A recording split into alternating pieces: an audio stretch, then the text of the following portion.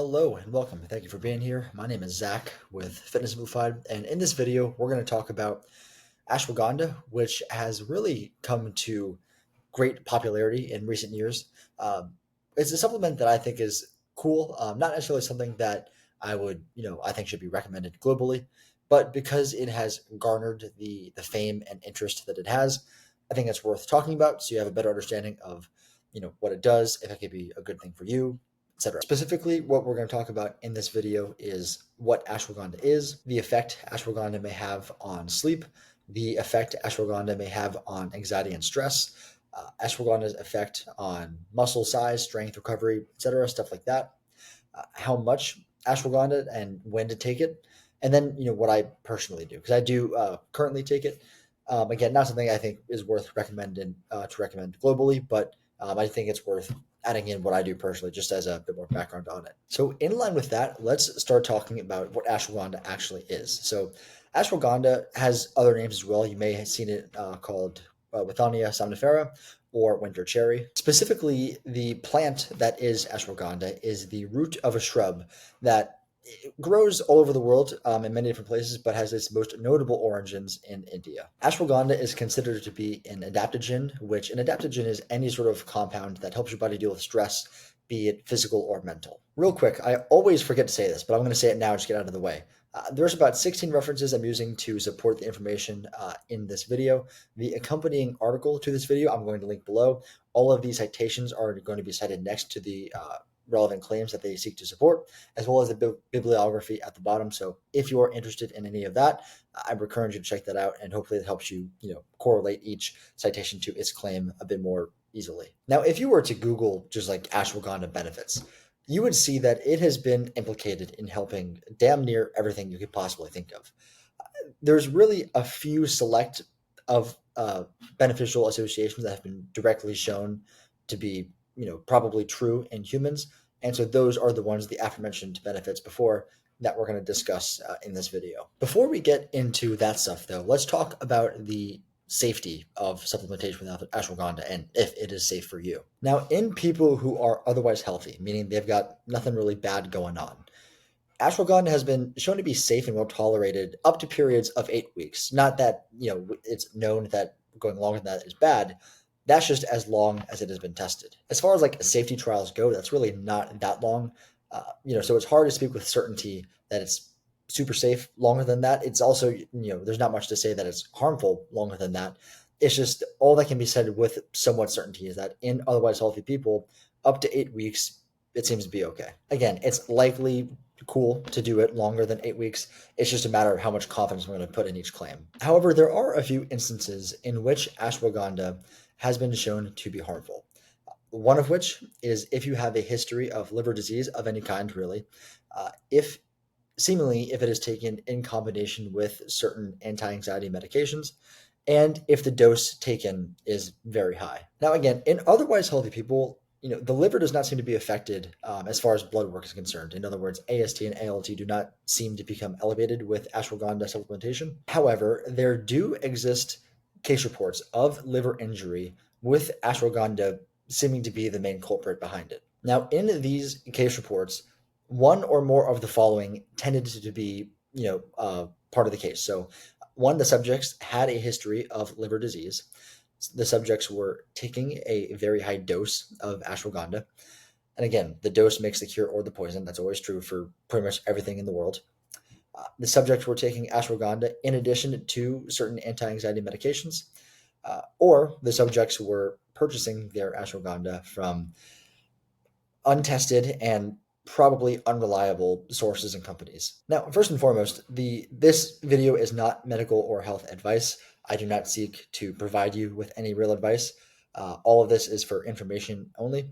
But as a general rule of thumb, it does not seem wise to take ashwagandha in addition to any sort of prescription medication, or really medication of any sort. I would go as far as to say that, simply due to the fact that there's not really much evidence on that, on if there is a possible interaction.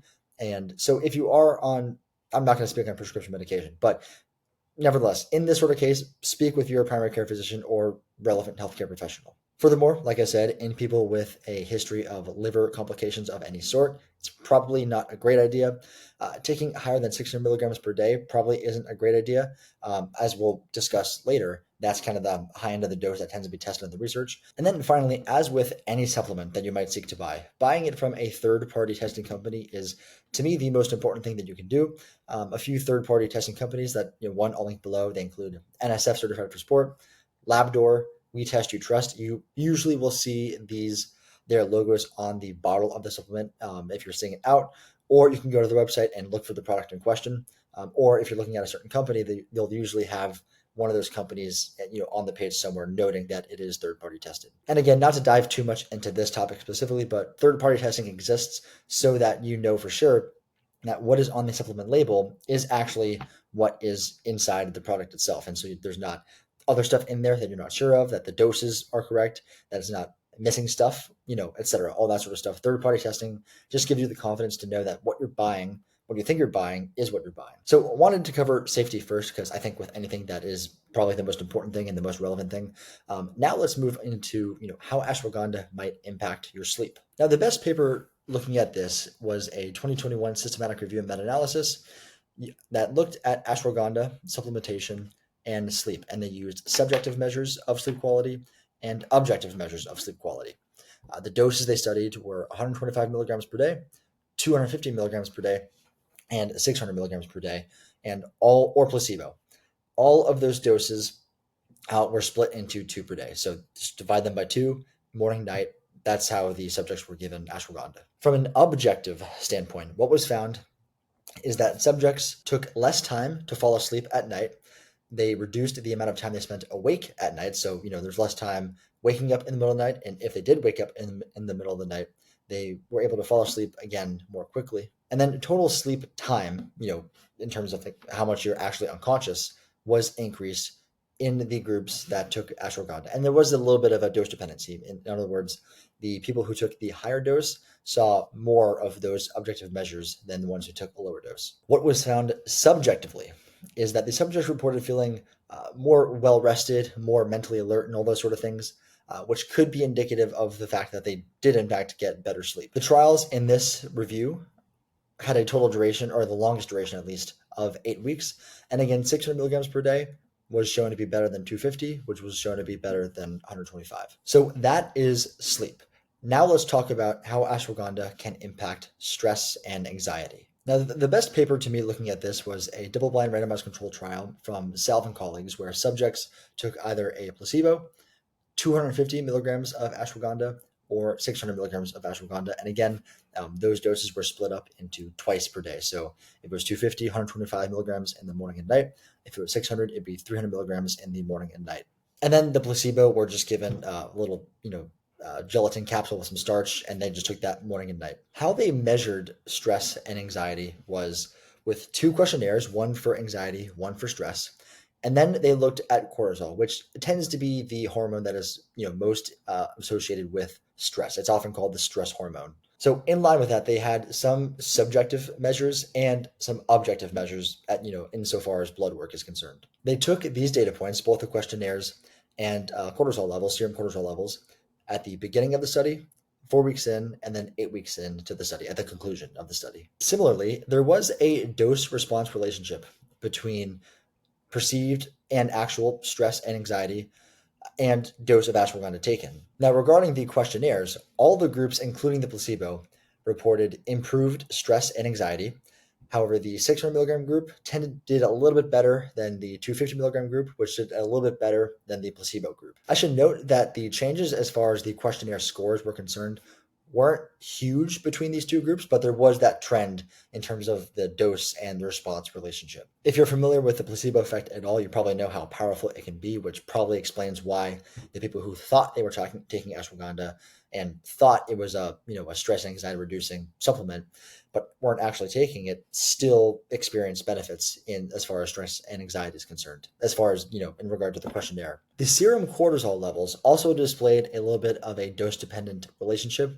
However, the differences were clear, and the placebo group did not really see the benefit that the 250 and the 600 milligram per day group saw. So the 250 milligram per day group saw a statistically significant decrease in serum cortisol levels, and the 600 milligram per day group saw about double the decrease. So, if I remember correctly, there was about a 3 microgram per deciliter drop in cortisol in the 250 milligram per day group, and there was about a 6 microgram per day, 6 microgram per deciliter drop in serum cortisol level in the 600 milligram per day group. Now, one little interesting thing I think between ashwagandha, stress, sleep, anxiety, etc., is that there may be a little bit of the chicken or the egg kind of thing going on insofar that stress and sleep have a very tight knit relationship. Poor sleep can lead to elevated stress. Similarly, elevated stress can lead to worse sleep. So there's kind of that bi-directional relationship between the two variables here. Now, much of the mechanistic stuff on ashwagandha is still being unraveled, and to me, it seems unclear if ashwagandha is simply improving sleep, which is leading to less stress, or if it is reducing stress, which is leading to better sleep.